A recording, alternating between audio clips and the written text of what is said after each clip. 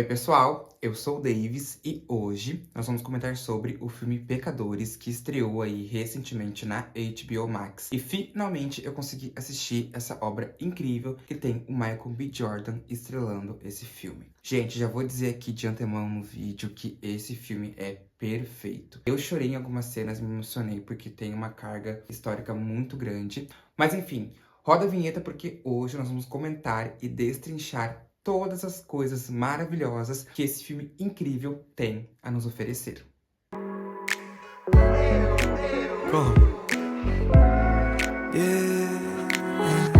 Pois muito que bem, o filme ele acontece na cidade do Mississippi em 1932 e toda a história do longa se passa em um dia. Sim, você não ouviu errado. Toda a história do longa se passa em um único dia, do momento que o Samuel sai da vila até ele retornar para a igreja do pai com a cara meio que arranhada por causa do vampiro lá que tentou acabar com ele. E, gente, é bizarro pensar como isso tudo acontece, porque muitas coisas ocorrem naquele único dia, né? A gente consegue perceber que a passagem de tempo é uma passagem de tempo legal que acontece ali no filme.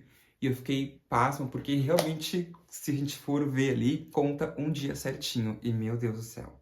Só esse primeiro fato do filme todo se passar em um único dia já é algo muito especial. Na história, a gente acompanha um Samuel, que é um jovem com a história principal do filme, e chega com o rosto arranhado na igreja, como eu acabei de mencionar, dando início ao ponto inicial do longa. E logo depois, nós temos o Michael B. Jordan, que é apresentado como os gêmeos Fumaça e Fuligem. Isso eu achei inteligente, eles darem apelido para os gêmeos, porque foi até uma forma da gente separar quem é quem, porque, obviamente, eles são gêmeos iguais. Então, tanto nas ações que eles faziam, quanto nas cobranças que eles faziam, quanto na personalidade de cada um, a gente conseguiu separar quem era o Fumaça e quem era o Fuligem. Um era mais sério, mais contido, mais focado nas coisas, e o outro era mais largadão, mais festeiro e mais preocupado em se divertir e ficar fazendo suas coisas por aí. Então esse fato eu achei super incrível, deles terem colocado ali um apelido nos gêmeos, até pra gente, pra nós, espectadores, conseguirmos distinguir quem era quem. O filme, ele traz uma pauta religiosa muito forte, com o bem sendo representado pelo Samuel e com o mal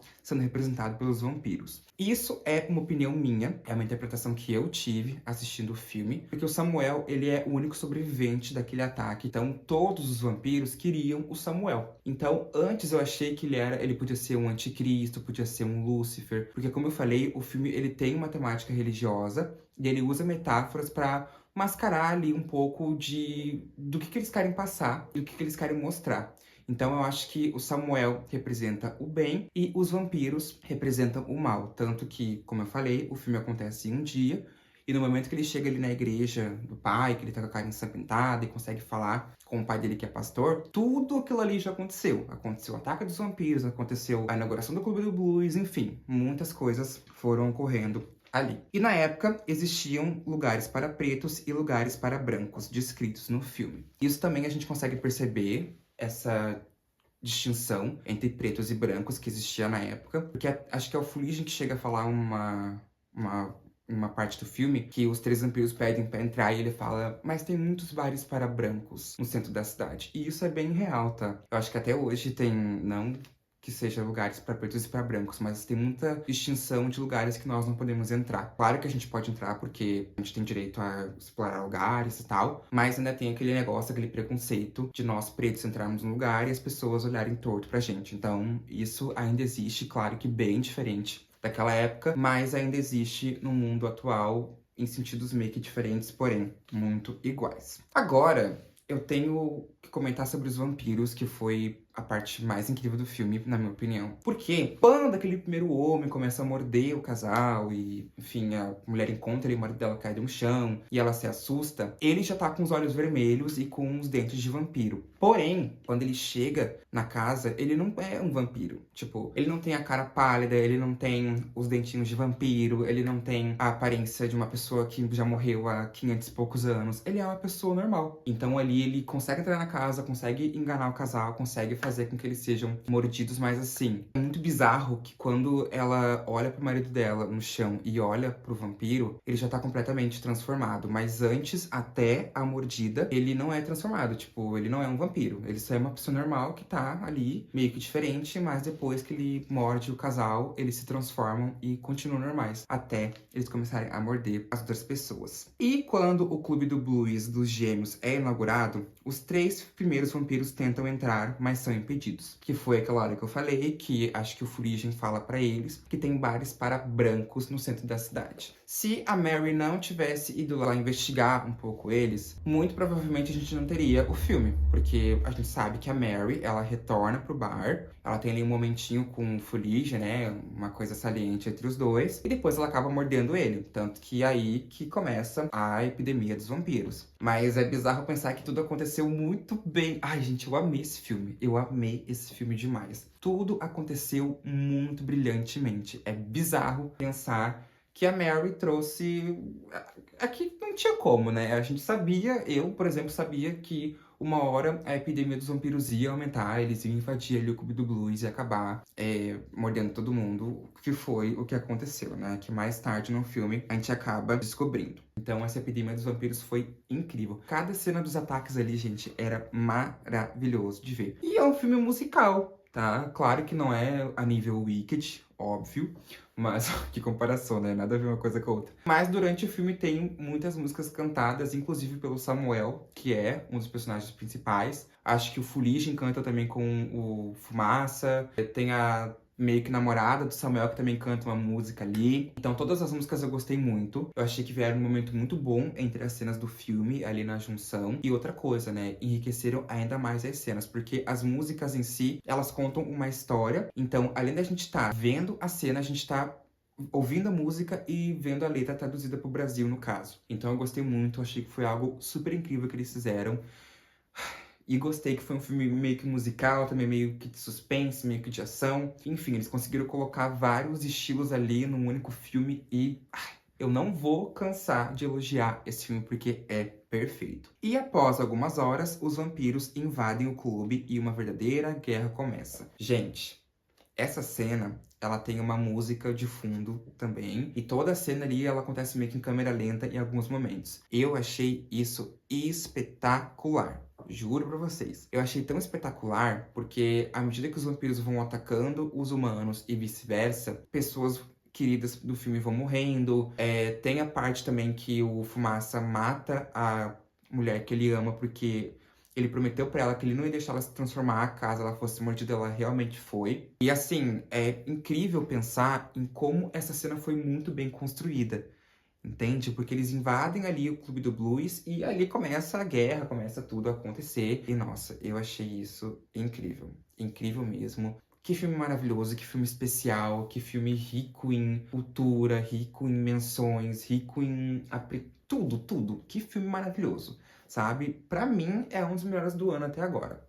Entende? Pra mim, é um dos melhores do ano até agora. Ele e Premonição 6 Laços de Sangue fica ali no meu ranking de filmes que eu gostei muito de assistir esse ano, um nos cinemas e um agora na HBO Max. Tem a cena mais dramática do filme, que são os gêmeos em um confronto final. Quando tá acontecendo ali a batalha dos vampiros contra os humanos, tem um momento em que o Fuligem e o Fumaça começam a lutar. Eu confesso que nessa hora eu fiquei um pouco emocionado, porque eles realmente foram muito unidos sempre, desde sempre, né? E ali o Fumaça tinha que matar o Fuligem pra ele não acabar mordendo mais ninguém. Só que ele não consegue fazer isso, né? Eu também não conseguiria, assim, se fosse um familiar meu.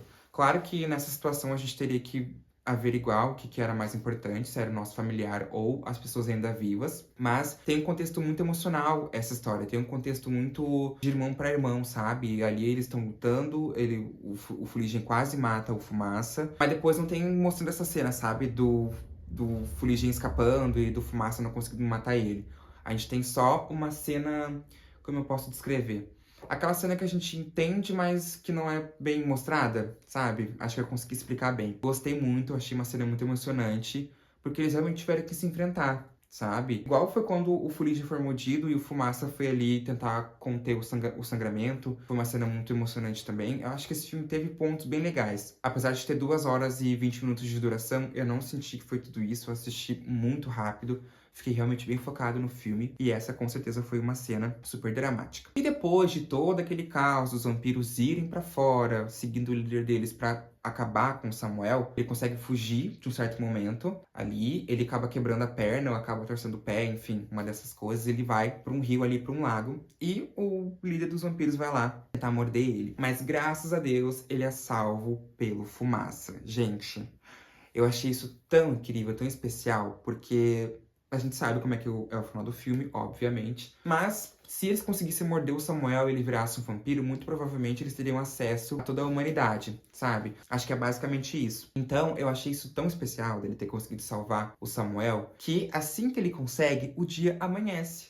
E vampiros não podem ver a luz do sol, obviamente. E o que acontece quando o dia amanhece? Exatamente, eles pegam fogo. Todos os vampiros, inclusive o líder deles. E aí, o Samuel é salvo pelo Fumaça.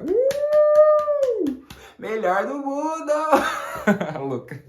Mas achei isso perfeito, gente. Achei isso incrível. O Samuel consegue voltar, né, pra igreja, totalizando aí um dia de filme, que no caso se passa a história do longa. E eu achei isso espetacular. Gente, eu tô muito feliz de ter assistido finalmente esse filme. Porque além dele ser rico para nossa cultura preta, ele tem coisas religiosas que fazem a gente se aproximar um pouco mais, né, para nós quando temos uma religião definida, e coloca metáforas, coloca toda uma construção de cena, de história, traz uma coisa de ser um filme de época, meio faroeste, com toque de humor. Então, eu amei muito esse filme. Muito, muito, muito, muito mesmo. E depois nós temos a cena pós-créditos, né? Que, à medida que os créditos vão passando ali, os créditos finais do filme, tem uma cena de que o Samuel, ele é o único sobrevivente, como eu acabei de mencionar, e ele vai pra Chicago, que era uma cidade que ele tinha o sonho de ir, né, pra cantar, enfim, fazer os shows. E ele está lá, porque essa cena pós-crédito, ela se passa em 1992.